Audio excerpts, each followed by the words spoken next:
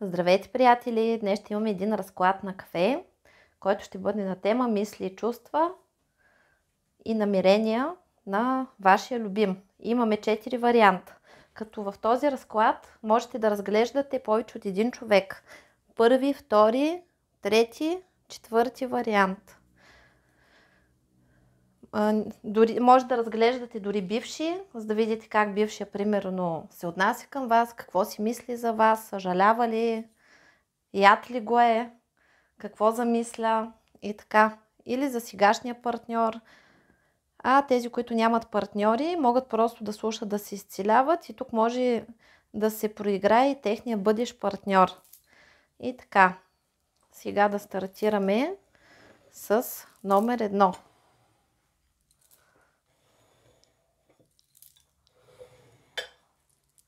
Така съм приготвила салфетчиците.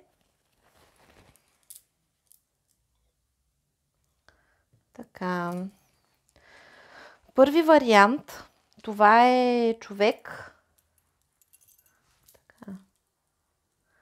Първи вариант, това е човек, с който имате дългогодишни отношения. В смисъл, че връзката не е нова, много вода е изтекла. Нали, това представлява купичката, тук в чиниката. Показва, че много вода е изтекла и сте минали през много неща. Тоест, минали сте през добро и през лошо и тук характерите между вас и вашия партньор вече са се слегнали. Един вид, когато има нова връзка, казват, че хората трябва да се напаснат и да се научат да мелят заедно, като два воденични камъка. И в началото, винаги, когато хората се опознават, не са си свикнали и са под влиянието още на емоциите и на страстите, тогава има ръбчета, които пречат да имате хармонично съществуване. И вие сте минали през такива ръбчета. В смисъл, че тази връзка е такава дълга. Дали имате брак или нямате брак, няма значение, защото за висшите сили, ако имате деца от някой човек, ако живеете заедно, то вие сте семейство. И съответно с този човек сте минали така доста дълъг път, минали сте през голямата страст, тази връзка е започнала доста бурно, може да се нарече, че е била такава доста силна любов, може би е стартирала спонтанно.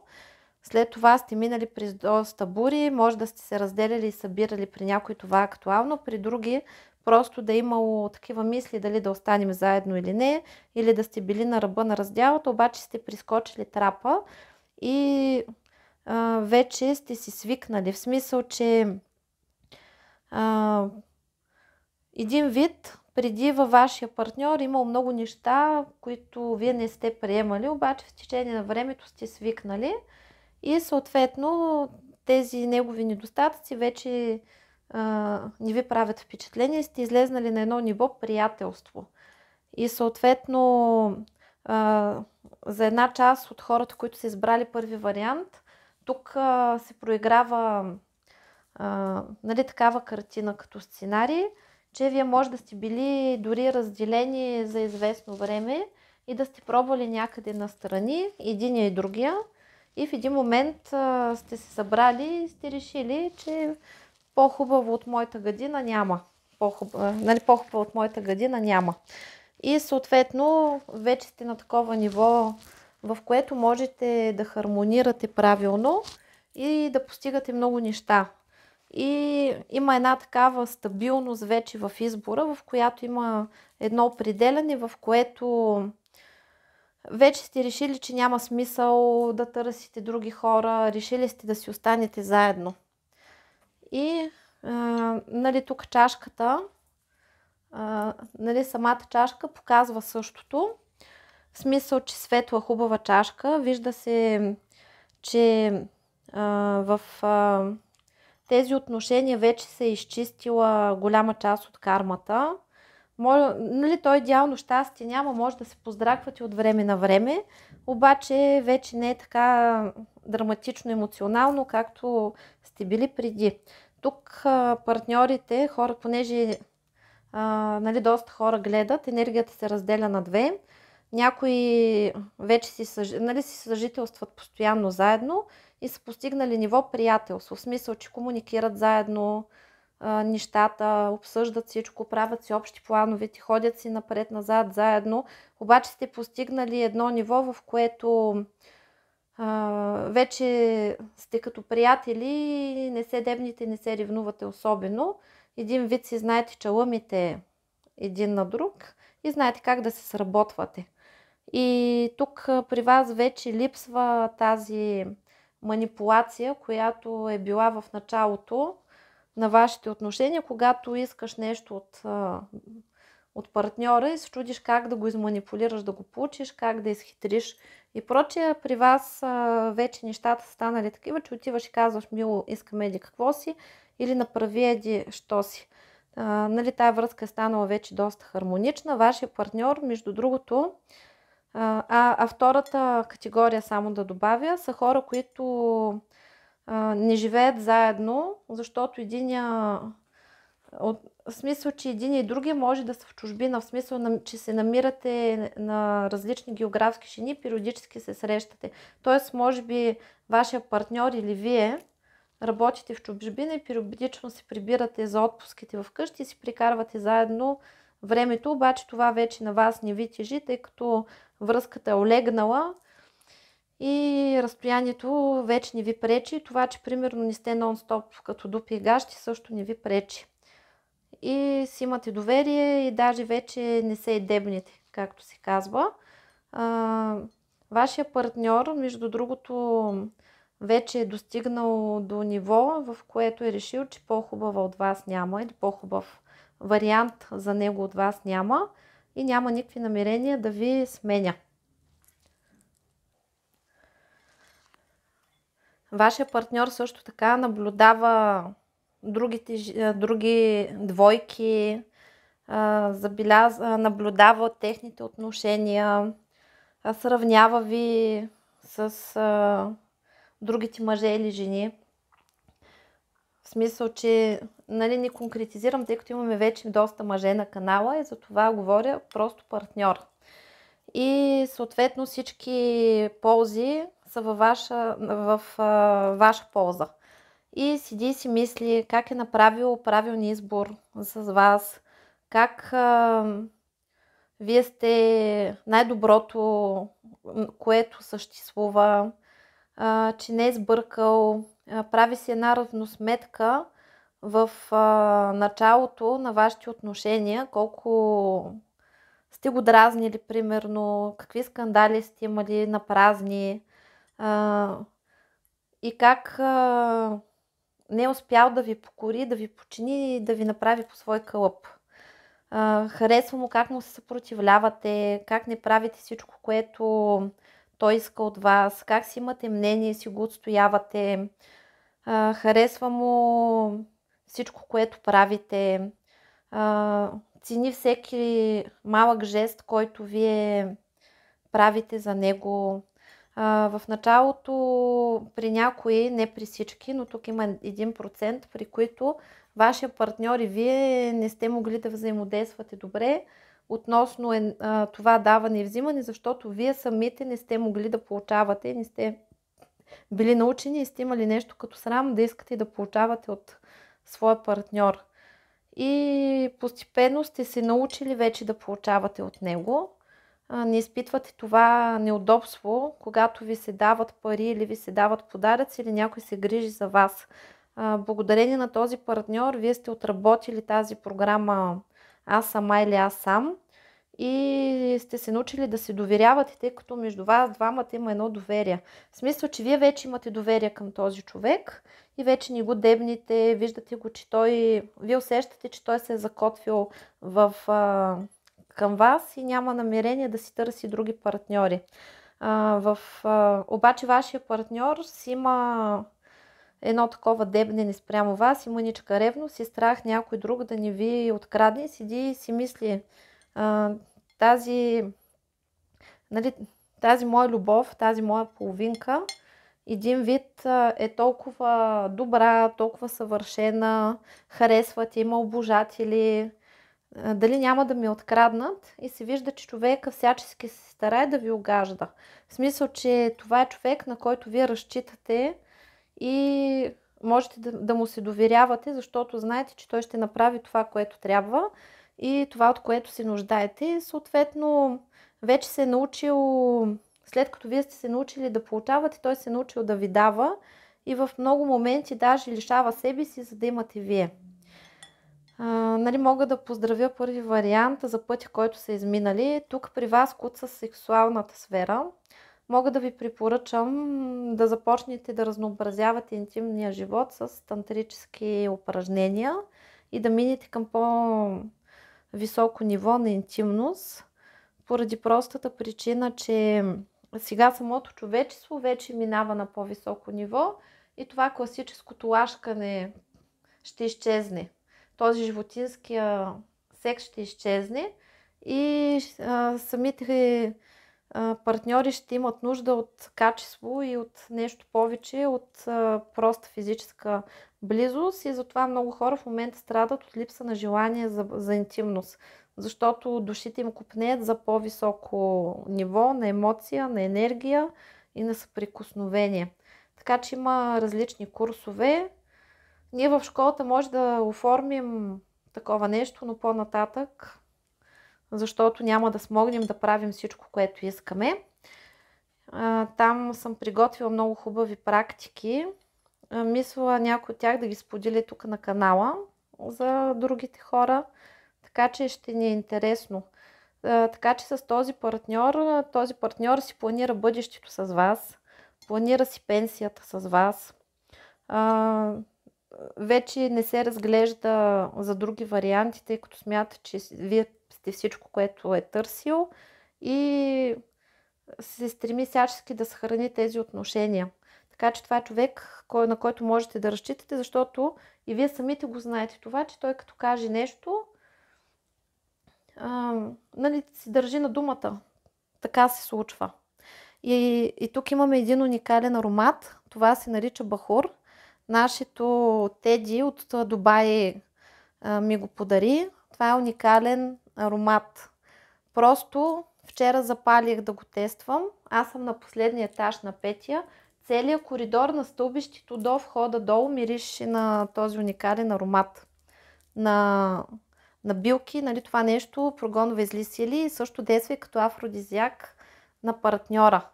И трябва да ви кажа, че това наистина е така, защото като го запалих вчера и се окадих, и всички мъже днес бяха мои. Просто даже някои мои познати от мъжки пол ме питаха на какво толкова хубаво мириша, пък със същия парфюм са ме подушвали и преди. И просто наистина работи това нещо. Бахурчето, който иска, може да си поръча от Теди. Имаме в групата на Краш и в групата Валкирия услуги. Имаме поместени контактите на Теди, за да си поръчате. И така, този човек ви обича, доколкото виждам и вие си го обичате и имате хубаво бъдеще един с друг. Поздравявам първи вариант. И тук мъжа, в смисъл вашия партньор си казва, си мисли за вас, колко го обичам, или колко я обичам. Така. И при някой, между другото, на първи вариант имало раздяла и сега се срещате, в смисъл, че може да сте били по работа на различни места или се срещате в момента, или ви предстои среща, има така раздвижване на сексуалната енергия и ще има страсти в тази област. Но после пак е хубаво да се премине към по-високо ниво на комуникация. И така, втори вариант. Втори вариант е връзка, която е приключила. Тук става въпрос за човек, с който сте приключили и който се е подиграл с вас. В смисъл, че тук има голямо разочарование от ваша страна към него и даже много от вас са приключили тотално енергийното обвързване с този човек и просто гледат от любопитство да видят за какво става въпрос.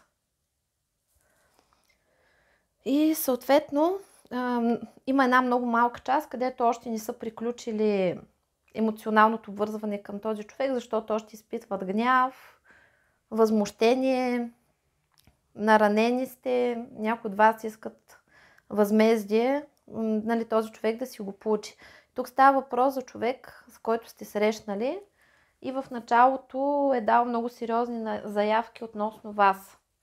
Свалял ви е звезди, обяснявал ви е колко ви обича, рисували сте картини светли за бъдещето и съответно самия той може да ви е говорил, че ще се ожени за вас, може предложение да ви е направил, обещание да ви е направил, че ще живеете заедно. И после се е отметнал. В смисъл, че това е човек, към когото вие сте изпитвали много силни чувства, имали сте много големи надежди и той всячески се е подиграл с вас.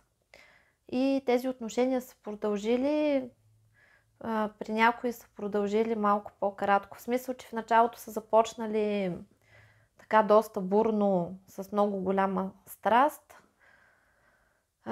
Имало е така доста силни чувства от ваша страна. Вие сте си мислили, че от негова страна има такива чувства, обаче човек е такъв типаж нарцис, самовлюбен човек, който има определено самочувствие, има поведение на такъв Дон Жуан или мачо, човек, който си мисли, че жените много го харесват и обича да отбелязва бройки, в смисъл да показва, че е вървежен. Има в обкръжението си хора, които са подобни на него и са такива глупашко поведение. И примерно, когато ги чуете, че комуникират един с друг, си хвърлят такива майтапи относно противоположния пол и всичките са голяма работа. В смисъл, че бройката върви, правят ги диви и щастливи и едва ли не се бият за тях и прочее. Това е човек, който обича да демонстрира лъскав живот и самия той може да бъде с външност, която е така по-помпозна, екстравагантна или да държи на маркови дрехи или на по-скъпи дрехи и да се облича като много малка част от тези хора, които гледат, отговаря финансовото положение, отговаря на външния вид. При повечето тук става въпрос за въздухар. Човек, който просто обича да лъска и да си прилага статус, който не е за него. И в смисъл, че като лъскава тиникийка и куха отвътре или фалшиво злато, имитация на платина, на злато, нещо от сорта. Нали, смисъл, че социалното положение не е истинско. Човека е много егоистичен, винаги мисли за себе си. В отношенията с него вие сте правили всичко за него, а той непрекъснато ви е демонстрирал доза егоизъм, защото, примерно, проявявал такива моменти. Например, вие сте болни и примерно сте на легло, имате нужда от лекарства, от помощ, а този човек в такива моменти изчезва и даже не ви пита как сте. В смисъл, че той се върти около вас, се е въртял около вас или се върти все още, защото може да има някои, които още търпят подобен марамунгел. Нали, въртял се около вас, докато вие сте добре и всячески ви е манипулирал да се облагодетелства от вашата добрина. Като при някой тук може да има облагодетелстване на финансово ниво и човек, който гледа втори вариант и материално и емоционално да е потърпевш към този човек. Този човек по принцип е дошъл в живота като един учител, който да ви научи да се самоуважавате и да поставяте себе си на първо място и да имате граници. И в същото време тази връзка за вас е била доста тежка, защото този човек, нали, говоря в минало време, но за някой това е актуално, защото още не сте приключили с този човек. Една малка част. Този човек е такъв, който периодически ви е обяснявал, че не ви иска. В смисъл, че е почнал с гръмките обещания, ти си човека на живота ми, любовта на живота ми, ще се оженим, ще имаме деца, ще имаме къща, това ще правим, онова ще правим, а в същото време после рязко е дал назад и е започнал да ви отблъсква и да ви обяснява как сега не е момента, при някой се оправдавал с пари, при други се е оправдавал с други неща, после е започнал да дрънка на някой, че не е готов за сериозно обвързване и в един момент вие сте се оказали като просяк, човек, който проси за внимание, човек, който проси за добра дума и човек, който проси за срещи, и че дори и за секс и близост. А другия човек ви е мачкал, тъпкал и буквално се подигравал с вас. И тук има и такива разочарования за това, че той примерно ви казва, че нещо ще се случи, пък то не се случва. Или казва, утре ще се видим, пък не идва и вие в цялата връзка сте били като кученцето Шаро, седящо на двора и чакащо стопанина да дойде и да му потвърли някоя кокълче или някоя трохичка. Нали, много неприятна ситуация и се вижда, че на вас ви е прикипяло и сте приключили с този човек. Тук се вижда, че една част,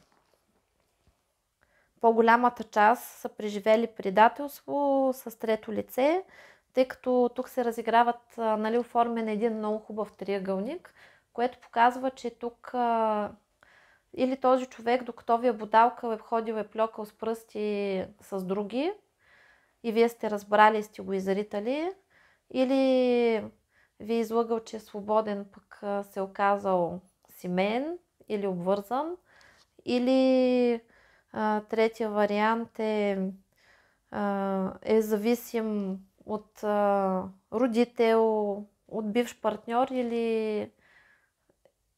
или дете, което има. В смисъл, че в тези отношения непрекъснато имало някакви трети лица, които са се бъркали и са поставени тези трети лица на първо място. Даже тук може да се разиграва и такъв сценарий, че човека да имал деца и да е скрил от вас, че има деца. И в последствие да ви е поставил пред свършен факт, че има там някакви деца. Това е много глупаво, защото детето си е дете, това е нашата гордост и да криеш, че имаш деца, защото си мислиш, че няма да те вземат с дете, е голяма глупост, тъй като този, който няма да приеме детето ми, което е част от мен, значи не заслужава и моята компания, и моето внимание. Затова, момичета и момчета, никога не крийте, че имате деца. Или всичко, или нищо в отношенията. И така, какво виждаме? За тези, които още с този марамунгел, ще се разделите скоро с него и ще бъде актуално какво ще си мисли в последствие човека за вас. Иначе този човек, когато ви е срещнал, както виждате ли, тук самия път на вашите отношения е затворен от висшите сили с една много здрава преграда и всички пречки, всички трети лица и всички трудности, които сте срещали в отношенията с него, са били, защото вижте сили всячески са се опитвали да ви разделят с този човек, защото той е вреден за вас. И какво виждаме? Значи този човек в началото, първо, когато е тръгнал към вас, е бил много силно привлечен към вас. При него излиза като символика плъх. Тоест, бил е с някакви корисни мисли. Това е човек, който гледа другия какво има. В смисъл, че той при някакъв човечец, такъв, който няма дали девойка, дали момък, който няма финанси, няма дом, няма хубава работа, хубава кола и някакъв стандарт на живот, няма да отиде. Това е човек, който си търси изгодата и гледа да се нагмези там, където ще има ползичка. И съответно, в самото начало за него вие сте били изгодна партия и съответно физически и сексуално имал доста силно привличане към вас. От самото начало е започнал с манипулацията, като не бил сериозно настроен към вас и всячески се е стремил да ви манипулира, да ви използва. Той при живота си, между другото, не е срещал такъв добър и всеотдан човек като вас. Вие сте му били изпратени от висшите сили като ангел, който да му покаже какво значи любов, да му покаже какво значи светлина и доброта, да му покаже един нов свят. И този човек първоначално е бил шокиран от това, което е видял. Бил е шокиран от това, че вие имате толкова добро сърце, такава красива душа, че сте толкова чисти. Започнал е постепенно да се срамува от себе си, да се чувства недостоен, като мизерник, като буклук, като човек, който грам не е достоен за вас. Това е било част от това да се отдръпва, в смисъл и да ви отблъсква, защото се е чувствал недостоен и съответно е изпитвал и някакъв страх относно вас, защото се получава така, че когато вие сте се събрали, вижте сили са му дали на този човек много силен тласък енергийно и на него нещата са му тръгнали. Вие двамата сте имали бъдеще, с което, ако той се бил научил урока и се бил трансформирал, за да застане в правилна позиция и да застане като човек, който е честен, сте можели да имате един много щастлив живот, защото ето тук в дъното на чашата се вижда, ето тук булка и младоженец, тук има дом, тук се вижда, че този човек, ако е бил заложил на вас, щял да има, е бил честен и коректен, щял да има така едно доста стабилно бъдеще и е щял материално да бъде много добре, защото вашите енергии са били градивни, като се съединят, стават градивни и сте можели да имате един материално много добър живот, само че този човек е избрал да си мами, да си лъжи. Тук при някой наистина има две семейства, в смисъл, че е седял на два стола, като старото семейство му е доста разрушено на този човек. Там се вижда, че са го държали, даже още може да го държат, някакви материални неща. В смисъл, че дали имат ипотеки или общи жилища, не му се дели, лъмти за финанси или е някой мунчо, който живее при жена си и е гледал от едното клонче да се прихвърли на другото клонче, да поживее при друга, нали, на готовичко така. Нали, смисъл, че този човек има в него потенциал, който той е отказал да развива. От мързел и от егоизъм. За тези, които в момента знаете, че той е с друг партньор и примерно е бил семейен и останал при семейството си, тук къщата им е доста рухнала. Вижда се, че двамата са в доста обтегнати по отношения. Човек не се чувства щастлив.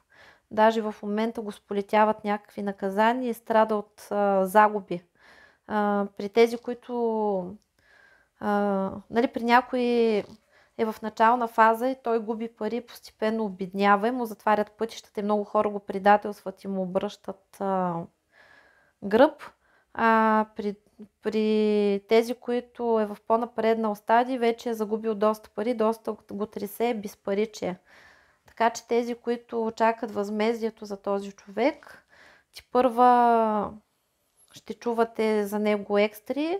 Тук ще има потъване като Титаник и няма да стане веднага потъването, в смисъл, че в течение на няколко години и се вижда, че този човек е започнал да злоупотребява с някакви вредни навици. При някой актуално алкохол, при други наркотици, при трети хазарт. В смисъл, че води саморазрушителен начин на живот и започва да руши още по-сериозно всичко и нали, не е господар на себе си. В същото време нали, за вас мисли с много голяма мъка, защото след като ви е загубил, след като е останал без вашата енергия, тогава е разбрал, че много му липсвате. Тук, между другото, този човек е на такъв много безскрупулен и въпреки, че му е мъчно за вас, изпитва и голям гняв. В смисъл, че той е от хората, които не обичат да си признават собствената вина и винаги има някой друг, който да им е виновен. Думата извинява и това е нещо нечувано и невиждано за тях. И са такива с прекалено горди, за да дойдат примерно първи да кажат извинявай, прости или нещо такова. Винаги използват някакви манипулации, които да ви накарат вие да отидете да направите нещо и нали, а този човек да си седи такъв важен, все едно той не е умрял за вас и вие едва ли не отивате да му правите метаните. Само че този път сте стиснали зъби и сте си понаучили урока и не отивате. Някой от вас може да го сънувате или да изпитвате необясними мисли за него и така да се чудите какво прави или да гледате разклади за него. Това е защото този човек е правил опити да ви връща, само че е правил опити да ви връща по магичен начин. Като тук има две категории хора. Едните са ходили самостоятелно, ходили са при практици, а другата половина си ги могат самички нещата и са въртяли някакви ритуалчета.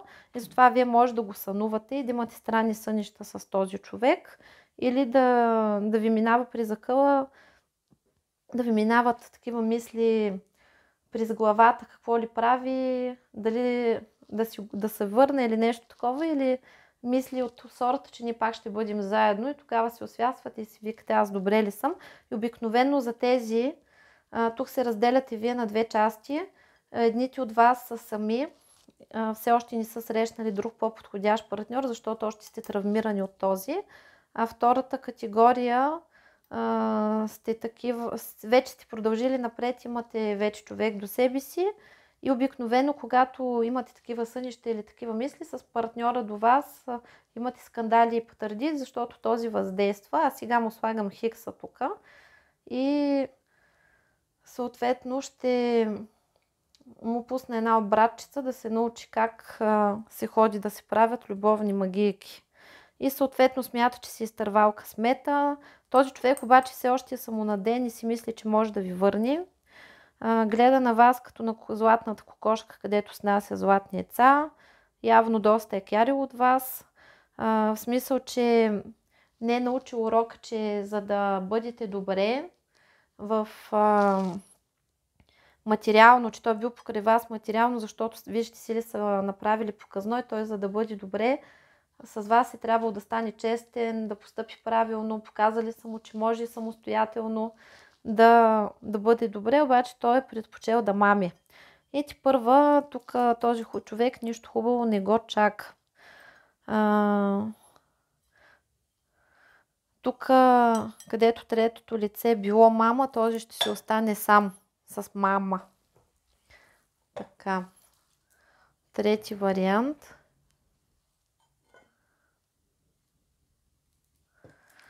Трети вариант, това е връзка, която е в смисъл, че не по-стара от 3 годишна млада връзка се води това. И вашите отношения са започнали след голямо разочарование от предишни отношения. В смисъл, че когато сте срещнали този човек, вашето сърце е било така стабилно разбито и сте преживявали някаква криза, някаква драма и някакво предателство сте преживявали. При някой може да се разиграва, че са били с номер 2 и след разделата с номер 2 и предателството на номер 2 среща номер 3. И тук връзката е почнала, не е започнала с дзън голямата любов от пръв поглед и вече големи страсти и големи чудеси, както започват кармичните отношения и тези, които са изградени на сексуална и на емоционална енергия. Тук нещата са започнали така в смисъл, че вие най-вероятно, когато този човек е започвал да ухажва за вас, не сте гледали на него особено сериозно, излизали сте, може би просто е така, ли сте комуникирали с него просто е така, защото сте били в депресия или сте били разочаровани и постепенно сте установили, че с този човек на вас ви е добре, в смисъл, че а, в смисъл, че ви е станало приятно, разговаряли сте, а, били сте също учудени колко общи теми имате. Тук може да е било ключов момент, в който сядате на кафе, примерно, и провеждате разговор и си мислите, че е минал 1 час, пък са минали 3-4 часа и вие може да сте били учудени как е литнало времето и съответно, когато сте продължили срещите с този човек, е станало постепенно привързване към него, като в последствие е започнало да прираства в по-дълбоки чувства, защото човека е такъв грижовен. В смисъл, че от самото начало е демонстрирал една сериозност, демонстрирал ви е, че иска да бъде с вас, демонстрирал ви е как държи на вас, правил е неща за вас, каквито друг не е правил за вас. В смисъл, че бързо ви е представил на семейството си, бързо ви е представил на приятелите си, започнали сте си да се виждате често заедно и съответно от една плавна връзка нещата са почнали да стават като по-бърна връзка и този човек, вашия партньор е такъв грижовен човек, в смисъл, че може да стане сутрин да ви направи кафе, да ви запали примерно печката в банята, ако е студено, на вас да ви е топло, или да слезе да ви запали колата, като се качите в колата да ви е приятно и топло. Може примерно да дойде да ви донесе обяд на работата, защото знае, че сте заети и няма къде да обядвате, или просто да дойде и да каже: ела да обядваме, знам, че си гладна или гладен.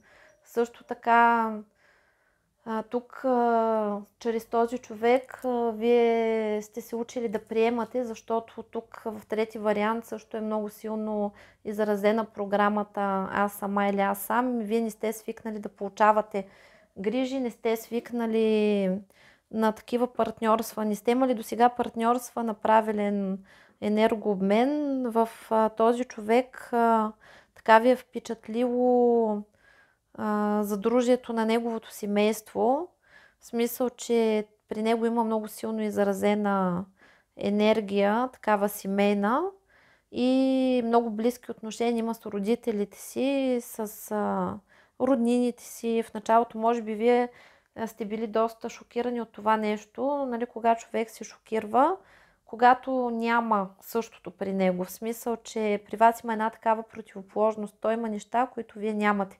Примерно, ако вашето семейство не е така задружно, нали, вашите родители не са сплотени, не правят много неща заедно и тук има едно такова движение като група при този човек, при който примерно отиват на море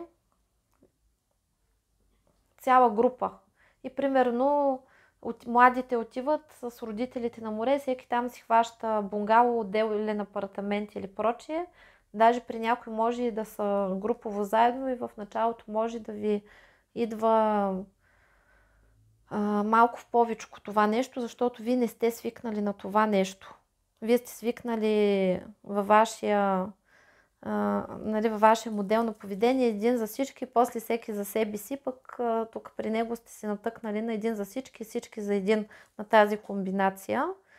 И съответно вашите отношения са започнали така да стават по-бурни, по-страстни, нали, вие постепенно сте се привързали един към друг и естествено в всички отношения, и приятелските, любовните, нали, те си имат етапи, особено в любовта. Нали, любовта си има различни етапи и вие сте минали тук през такъв доста дълъг етап, или сте го минали, или още го минавате, където се ревнувате, дебните, събирате си куфарите, тръгвате си, връщате се. Нали, има едно такова разнасяне на дрехи и с Богом да носиш щастлива или щастлив и после много те обичам, не мога без теб. И съответно сте преминали през доста бурички, докато си напаснете характерите и съответно някои от вас тук вече може да имат съвместно съжителство, в смисъл, че се вижда, че малко сте приспорили нещата в отношенията. Някои от вас може вече да живеят заедно, други тук може да очакват дете или да им се родило дете. В смисъл, че са станали много бързо семейство и при самото пришпорване на нещата не сте били готови за такава крачка. В смисъл, че човек много често си мисли, че е готов за нещо и че много го иска, обаче когато му се случи, се получава така, че се оплашва, стресирва се и отговорностите, които изведнъж му се товарват на главата, му идват прекалено много. И тук някои от вас са минали такива трудности в финансов аспект, като е трябвало да се оправят сами, изведнъж се оказва, че финансово не са толкова розови нещата. Нали, той сценарий на яли, пили и се завеселили и заживели щастливо в реалния живот не е точно така.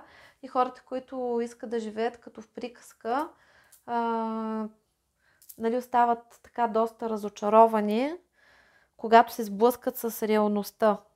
И тук при вас има все още липсва приятелството и взаимното доверие. Вашата връзка се гради все още на сексуална и на емоционална енергия и все още имате една такава война за контрол един към друг, налагане, кой ще командва, на кой на ината ще стане и имате доста скандалчета за глупости. Като цяло тук има някаква ситуация свързана с ревност. Може би вашия партньор, доколкото го виждаме, е човек, който обича да му се възхищават и обича да е център на вниманието и затова може да има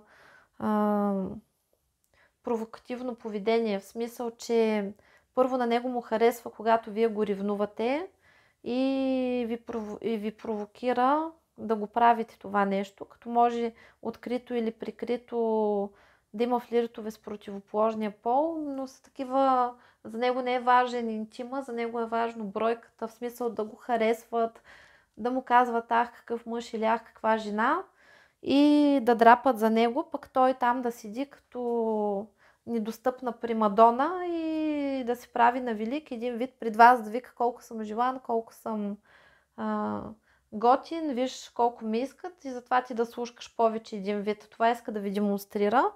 И тук се вижда, че сте имали доста скандали на тема ревност. Някои от вас. Други имат скандали на тема пари. Това са такива нормални неща. И основната задачка вие да станете приятели и да се научите да комуникирате правилно и да си разпределяте правилно задълженията. Иначе вашия партньор като цяло, може би тук сте преживели наскоро поредния скандал, който е свързан с намеса на някакви трети лица. Вие седите и го дебнете този човек и сте готови да си тръгнете, но тук има един голям бухъл, който казва, нали, бъди мъдър, не действай прибързано. Като цяло тук може да има добро бъдеще, защото този човек държи на вас, просто вие не умеете да го управлявате правилно и трябва да се научите да извличате най-доброто от всяка ситуация, за да може да си напасвате и в отношенията с любимия човек е хубаво да се стремите първо вие да сте добре, после той да е добре, защото когато вие сте щастливи и се чувствате добре, и другия автоматично започва да се чувства добре. И съответно в този вариант вашия партньор има тук някакъв страх да не ви загуби. Може би вие сред поредния скандал, който сте имали, сте го заплашили или сте го сритали, но тук има като някакво разочарование от ваша страна, някакво предателство от негова страна, за което вие сте му вдигнали мерника и съответно се чудите дали тази връзка да продължи. Затова вашия човек в момента седи и е стресиран. Като цяло е хубаво, че сте му създали проблеми, защото той смята, че вие от мухата сте направили слон. Този слон е хубав е където сте го направили, да може да мине и да го смачка едно хубаво, да му натърти кокалите, да му намести мозъка, за да може друг път да не си мисли, че неговите заигравки са толкова безобидни. И нали, тук при някой може да има и такова самоволство, в смисъл, че да си прави каквото той си е решил, без да се допитва до вас, примерно. Или да е взел да изхарчил парите за нещо, без да се интересува, че после вие там как ще се оправяте и сте имали някакви други планове за тези пари, например. Не е задължително тук да е трето лице, в смисъл, че има някакво несъобразяване с вас, от което вие сте доста възмутени. И сега в момента човека го е страх да не приключите с него. Имате тук разговори. Хубаво е, че сте му показали, че не може да ви мачка, че не може да ви контролира. Много от вас са стигнали до това диридже, защото прекалено много са загубили себе си. В смисъл, че когато започнат двама човека, винаги има една такава война между партньорите и всеки се опитва да припасне другия към себе си, така че да му стане удобен. Обаче този човек, който се трансформира и стане прекалено удобен за своя партньор, губи своята уникалност и престава да бъде интересен. И се обезличава и тогава започват проблемите във връзката. Този, който се обезличил, става нервен, защото е загубил себе си, започва да се дразни на човека, който го е обезличил и тогава връзката започва да се руши. И запомнете, вие, когато влизате в отношения с другия човек, трябва да си останете винаги на точката, в която човек се е влюбил във вас. Тоест, вашия живот не бива коренно да се променя. И вие трябва да си запазвате хобитата, мнението, интересите, работата, ако ви е приятна. В смисъл, че не бива да правите прекалено големи саможертви за този човек, а вие тук сте ги правили, затова нали, сте стигнали до такова изостряне на отношенията, защото той е започнал да ви приема като даденост. Сега в момента седи след скандала, който сте имали. Някои от вас може да са му били шутчето и да са го поизхвърлили малко, други да се чудят дали да го изхвърлят. В смисъл, че на вашия човек му гори под дупито, така да се каже, под опашката му гори, дими и той е притеснен за вашите отношения, за себе си, какво ще се случва. Вижда се, че по принцип хората във вашето обкръжение и неговите близки също са повече на ваша страна, отколкото на негова. И всички го сочат с пръст и му казват: ти си глупак, ти постъпваш глупаво, ти си профукваш щастието, как може такова нещо. В смисъл, че никой не го подкрепя. Ако го подкрепя някой, то това са някакви такива зложелателни единици или някакви кретени, които просто така се разсъждават и за тях това е вреда на нещата. Така че тук с вашия човек кризата ще премине. Нали, тук мерките, които сте взели да му натриете носа, ще го кротнат и той седи, в момента се оплашил и е започнал да ви цени. И смята, че вие сте най-хубавото нещо в живота му, че по-хубав партньор от вас няма да намери, че не бива да си играе повече със щастието, защото вижда, че как имал всичко, изведнъж всичко е рухнало. Той от някаква дреболе е станал такъв голям проблем и този проблем той ще го разгребва още дълго време, защото вашата тук нацупина физиономия, където се вижда, си казва: Господ може да прощава, ама аз не, и още дълго ще ядеш хурката от мен. Но общо взето връзката е с перспектива. След като преминете през тези периоди на напасване на отношенията, докато човек кротне, тогава ви очаква успех и благополучен живот с този човек. Като цяло той ви обича, не иска да ви губи, вижда си бъдещето с вас и се чуди сам на себе си какви са тия глупости, къде ги е свършил и защо ги е свършил, и си дава обещание на себе си, на висшите сили, че повече няма да прави така, само и само да съхрани тези отношения. Така че трети вариант, гори главата и не бързайте да се разстройвате за глупости. Запомнете, че вие сте твореца на своята реалност и като цяло не бива да падате духом и да се страхувате нито от конкуренти, нито от каквото и да било. И единственият урок, който учите тук, е да не предавате себе си, т.е. да не правите компромиси със своя комфорт и своето благополучие в името на други хора. И четвърти вариант. Четвърти вариант, вие сте в доста обтегнати отношения с вашия човек и тези обтегнати отношения върват доста дълго. При много от вас проблема идва от това, че вие изначално не сте приели човека до себе си такъв какъвто е и сте си мислили, че той ще се променя. И тук се вижда, че основните търкания между вас двамата идват, защото този човек си има някакви приоритети. Примерно той още от самото начало може да ви е казал, че много държи на майка си, или много държи на работата си, или много държи на детето си от първия брак, че много го обича.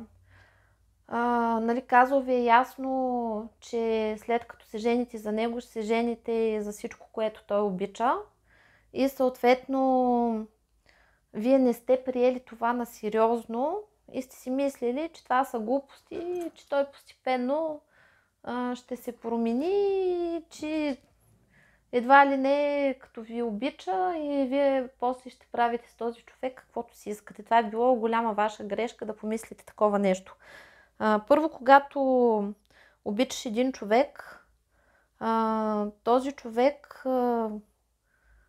трябва да го обичате такъв какъвто е и затова, когато избираме партньор, трябва да търсим някой, който приемаме изначално и който мисли като нас, който има сходен живот на нашия, сходен стандарт на нашия. На първо място трябва да сме приятели и да ни е приятно с този човек, да имаме сходни интереси, сходни планове, да вибрираме на една чистота. Нали? Това са факторите.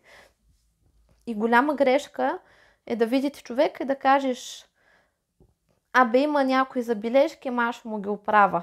Ние да се оженим, така ще му ги оправя. В един момент вашите отношения в момента са много тежки, защото се сблъскват два остри характера, в смисъл, че вашия партньор се чувства измамен от вас, защото той първоначално ви е казал какво иска, какво очаква и какво предлага. Вие ушким на пръв поглед сте се съгласили, а после сте започнали да го пилите и да го тормозите за нещата, които той изначално ви е казал, че обича. Примерно, ако човека много държи на майка си, вие сте започнали една война за това, че той отделя прекалено много време на майка си, примерно, или на семейството си, или на детето си, или прекалено много работи, защото за него работата е много важна, има проекти, бъдещи. В смисъл, че вие водите война с неговата същност. И съответно този човек започва да се държи нагло с вас. В смисъл, че има грубо отношение, започва на едно отхвърляне, започнали са обиди. В смисъл, че вие двамата воювате. Вие воювате той да се откаже от това, което обича, а той се опитва да защити това, което обича. В същото време ви наказва с лошо отношение, с пренебрежение. В някои случаи може даже да отказва да има интимно с вас, да ви обяснява как ще ви остави, да ви гони, обаче да остава с вас въпреки всичко. Не в смисъл, че връзката е в много критично състояние, защото вие не приемате това, което той обича, а той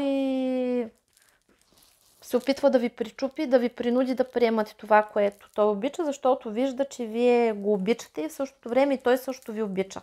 И тук в тази ситуация се вижда как двама човека се обичат, обаче голямото его на двамата и това, че всеки смята, че другия му е длъжен, пречи да имате щастливи отношения. Тази връзка по принцип може да се съхрани, обаче тук се иска толерантност. Вие самите, доколкото аз виждам, обичате човека до себе си, обаче искате да става на вашето, в смисъл, че искате да командвате, искате вие да сте вся и все, имате някаква ревност, опитвате се този човек да го окупирате и да го обсебите и искате само вие да сте в неговия живот и нали, сте се вкопчили в тази идея и всячески тероризирате и имате агресивно поведение към вашия партньор и към другите претенденти на неговата любов и на неговото внимание. В смисъл, че при вас има силно изразен детско-родителски сценарий, в който вие искате да сте единственото дете, искате всичко да е за вас и искате да сте центъра на вселената на своя партньор. А вашия партньор не може това да ви го даде, защото той не ви е родител. И като цяло е хубаво да се започне една толерантност един към друг.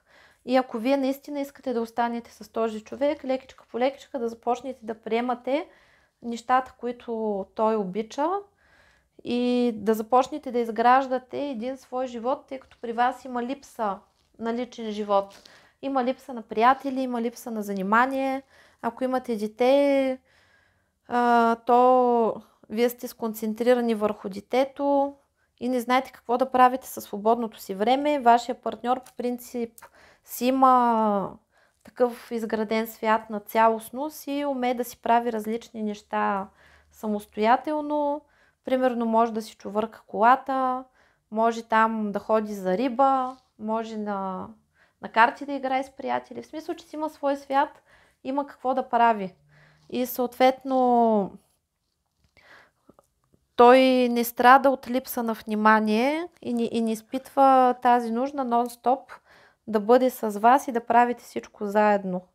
В същото време, тук, доколкото виждам, вие прекалено много го критикувате и не цените дори малките жестове, които прави той за вас и затова този човек постепенно е спрял да прави каквото и да било за вас. Нали, тук на трети вариант няма да хокаме партньора, а ще хокаме вас. Че трябва малко толерантност. И в любовта трябва да има енергообмен. Не може всичко да е само за вас. И в същото време се вижда, че вашия партньор по принцип ви обича. Много му се иска да запази отношенията си с вас и да останете заедно. Много му се иска да не... Ако имате деца, да не се разделяте и вашите деца да бъдат деца на разведени родители. Доколкото се вижда, прави доста компромиси спрямо вас.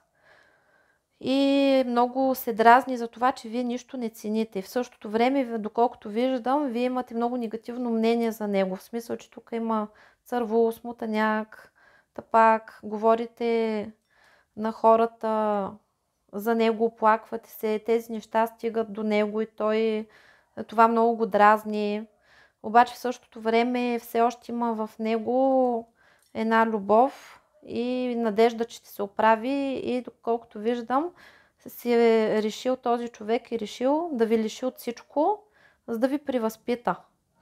И затова имате такива обтегнати отношения. В смисъл, че периодически той излиза от кожата си, когато вие го ядосате и го унизите и започнете да го изнудвате и да го притискате. И той тогава може да... Тук нали, се вижда как изригва, като вулкан има пушек и то многократни пушици. Т.е. вашите отношения са доста скандални и периодически има някакъв негатив. Когато вие започнете да кротвате и да пазите някакво поведение, тогава нещата горе-долу държат. А когато той ви ядоса, почва отново да ви гони, да ви обяснява как не искате да е с вас. В същото време пак кротва. Този човек, между другото, може да е дете на разведени родители или дете, което е расло без родители или с един родител само. Или да са го гледали баби и дядовци, в смисъл, че той много му се иска да има семейство, много му се иска да се разбира с вас и от вас иска просто да бъдете по-толерантни. И самият човек на това се моли, ви дава шансове, въпреки че около него има хора, които непрекъснато му говорят да ви остави и да приключи отношенията си с вас. И вие тук цялата ситуация я гледате само при собственото си прозорче, което е много тясно и вместо непрекъснато да мислите колко съм нещастен, неправдан, колко е несправедлив живота, защо то човек прави така, кретен, тапанар, смутаняк, такъв, онакъв и прочее, да започнете да се опитвате първо да се държите по-добре с него, защото доколкото виждам, вие го провокирате периодически с своето поведение или с някакви критики, които отправяте към него или ултиматуми, които му поставяте, в смисъл, че повечето от скандалите са причина във вас, в смисъл, че вие ги започвате, вие ги провокирате, после ревете колко сте нещастни. И тук, ако наистина искате да останете с този човек, защото той е готов да остане с вас, готов е отново да се грижи за вас, тъй като вие сте му убили цялото желание да се грижи за вас и затова той нищо не прави за вас, защото смятате, че не заслужавате.